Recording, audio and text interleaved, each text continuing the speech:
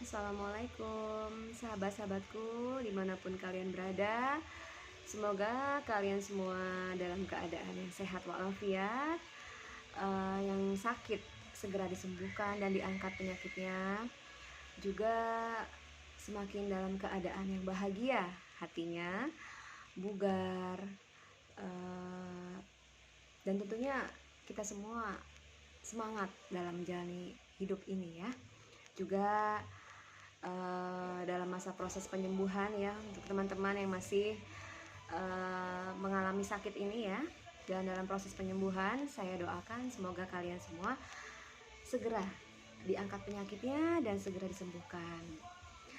Oke, kali ini saya akan membahas bagaimana sih tips-tipsnya cara menghadapi penyakit GERD dan anxiety menurut pengalaman pribadi saya ya. Yaitu yang pertama ini kita lakukan pengobatan tuh baik secara medis ataupun mungkin herbal ya. Ya mungkin kalau dari segi medis itu kita bisa minum obat-obatan yang sudah diresepkan oleh dokter ya, seperti misalkan omeprazol, lansoprazol, dan juga dibantu dengan antasida dan obat-obatan golongan PPI yang lainnya ya, yang masih banyak gitu ya, yang mungkin setiap orang beda-beda diresepkan oleh dokternya ya. Terus kalau untuk dari segi herbalnya, kita bisa minum ramuan rimpang-rimpang, rempah-rempah, jamu-jamuan yang sudah bisa kita buat sendiri di rumah ya.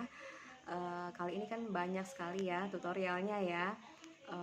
Dan dari bahan-bahannya juga mudah dicari, mudah didapatkan, dan juga harganya pun terjangkau. Dan itu sudah dipastikan aman untuk lambung kita ya, sesuai dengan dosis dan takarannya. Terus yang kedua apa sih? Gitu ya. Yang kedua itu dari makan makanannya yang harus kita perhatikan teksturnya.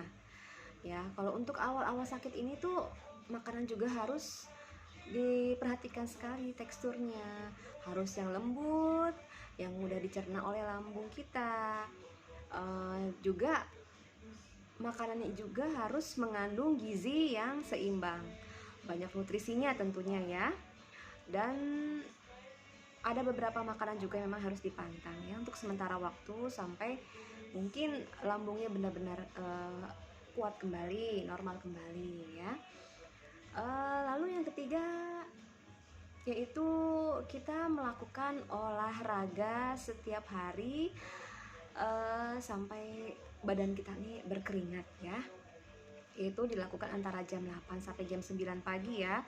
Lebih bagus lagi sambil berjemur. Itu sangat dianjurkan sekali.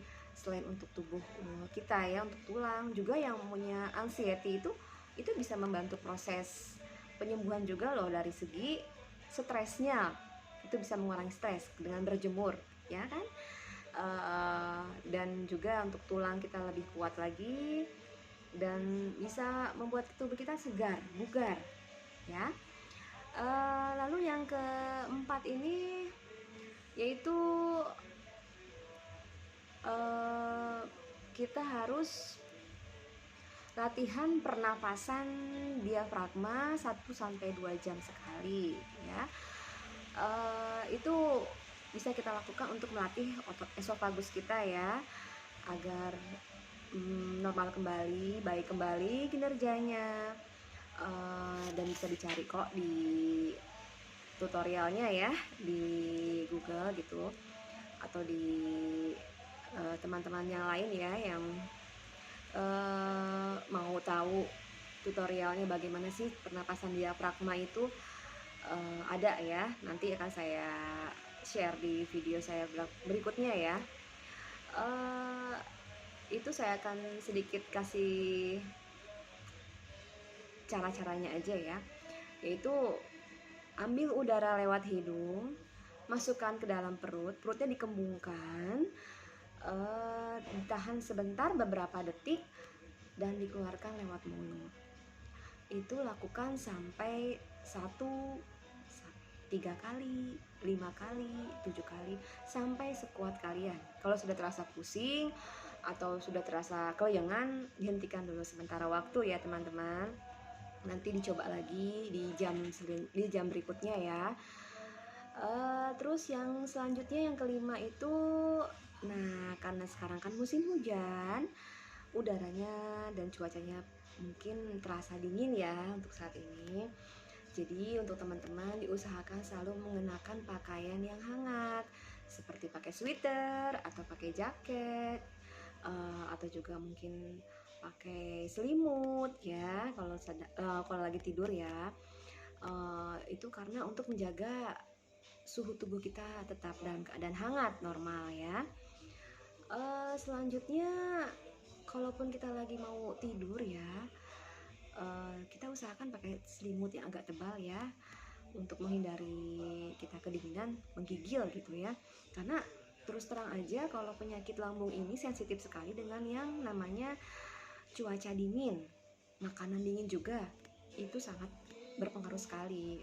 Apalagi ada beberapa orang yang sangat sensitif sekali sama cuaca dingin ini ya, bisa langsung kumat ini, sakit lambungnya, asam lambungnya langsung naik gitu ya. Jadi makanya kalau bisa kita antisipasi dengan memakai selimut yang tebal kalau mau tidur ya. Yang selanjutnya yang ketujuh itu, kita kalau mau tidur itu jangan langsung rebahan. Kalau bisa kita sederan dulu ya, seperti posisi duduk ya. Lalu kita juga jangan lupa untuk membaca doa sebelum tidur, meminta sama Allah untuk kesembuhan kita tentunya ya. Allah angkat penyakit kita, semoga kita segera bisa melewati hari-hari dengan bahagia tentunya, dengan kesehatan, dengan kekuatan, dan juga dengan stamina yang lebih baik lagi ya. Terus yang selanjutnya itu, kalau bisa diusahakan tidur itu maksimal tuh 8 jam ya, karena kita butuh waktu untuk meregenerasi sel-sel kulit dalam lambung kita nih gitu ya, untuk proses penyembuhan dirinya sendiri. Sebenarnya bisa organ-organ tubuh kita itu menyembuhkan organ-organnya sendiri, sel-selnya sendiri, tapi dengan bantuan butuh istirahat yang cukup, makanan yang juga harus dijaga ya. Jangan makan makanan yang jorok, jangan makan makanan yang sembarang ya, yang malah merusak organ-organ tubuh kita. Nah seperti itu teman-teman. Terus yang selanjutnya yaitu bagaimana cara dari segi anxiety-nya ya, menghadapi anxiety atau kecemasan yang berlebih ini ya, yang saya rasakan juga. Kalau lagi paniknya ini lagi kambuh itu, sebisa mungkin kalian itu harus relax, tenangkan diri kalian, jangan sambil dibawa tambah cemas lagi ya. Jadi harus relax, kita harus senyaman mungkin, harus sesantai mungkin ya. Jadi jangan dibawa semakin cemas, jadi itu paniknya akan semakin terasa, dan itu efeknya ke badan pun tidak enak ya teman-teman. Jadi kalau bisa itu ya, kita harus belajar untuk mengosongkan pikiran dan berusaha untuk menghilangkan anxiety ini ya, dengan cara difokuskan pikiran kita dan berusaha jangan memikirkan apapun, apalagi tentang penyakit yang berat-berat tentunya ya, yang membawa efek apa gitu ya, itu jangan, kalau bisa dihindari ya. Kita harus belajar untuk fokus ya. Kita hanya berusaha untuk memikirkan masalah-masalah memang yang harus kita pikirkan ya, penting saja ya. Jadi jangan ditambah yang nggak penting tuh, udah nggak usah dipikirkan ya, kalau bisa dibuang jauh-jauh ya. Dan kita juga harus belajar untuk tenang teman-teman, walaupun itu sulit. Memang pada awalnya sulit, saya pun mengalaminya, saya pun merasakannya sulit sekali. Tapi kita lambat laun mungkin kita akan belajar dengan sendirinya ya, terbiasa, karena semua segala sesuatu itu yang terbiasa itu pasti akan menjadi kebiasaan ya.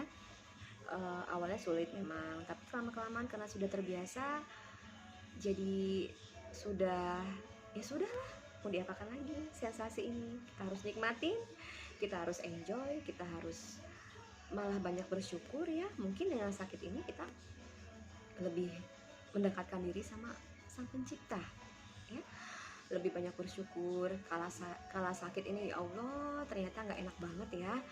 Dan lebih banyak bersyukur, menghargai sehat itu mahal, sehat itu indah, sehat itu menyenangkan, sehat itu bahagia ya. Dan tanamkan di diri kalian dengan afirmasi positif bahwa kalian ini baik-baik saja, bahwa kalian ini sehat, bahwa kalian ini tidak sakit yang parah ya. Itu hanya sensasi-sensasi yang disertai karena pikiran-pikiran cemas kalian ya. Jadi perlu diketahui bahwa memang kita harus bisa mengendalikan pikiran ya, pola pikir kita, emosi kita dijaga, juga jangan terlalu berpikiran yang jauh ya, yang belum terjadi sudah kita pikirkan jauh-jauh hari, itu jangan, itu harus dihindari sebisa mungkin ya teman-teman. Nah, terus kalau lagi panik GERD-nya gimana nih? Nah, itu akan saya bahas di video selanjutnya ya teman-teman. Nanti akan saya bagikan tips-tipsnya lagi yang lebih berguna, bermanfaat untuk teman-teman mungkin ya, yang masih berjuang untuk sembuh, yang masih berjuang untuk bisa keluar dari zona ketidaknyamanan ini ya, baik itu secara fisik maupun secara mental kalian ya. Kalian jangan takut, karena banyak sekali yang mengalami hal yang sama seperti kalian. Contohnya saya juga mengalami hal tersebut, dan alhamdulillah saya bisa keluar dari zona tidak nyaman ini ya, dan saya bisa hidup normal lagi kembali seperti sedia kala. Dan saya juga mulai bisa belajar disiplin lagi untuk menghargai segala sesuatunya, terutama kesehatan ya. Oh ya, untuk teman-teman jangan lupa untuk di subscribe dan juga di like, juga untuk komen-komennya saya tunggu. Mungkin ada yang ingin ditanyakan atau mungkin juga ada yang ingin dibahas di video saya selanjutnya, nanti akan saya buatkan ya, insya Allah. Mungkin hanya sampai di sini saja dulu yang bisa saya sampaikan. Semoga bermanfaat. Saya mohon maaf jika ada kekurangan.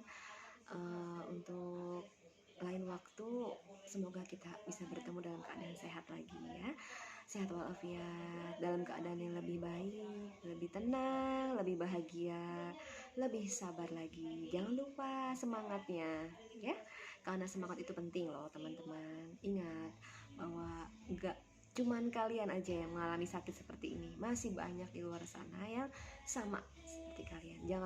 Jangan merasa kalian yang paling menderita, jangan ya.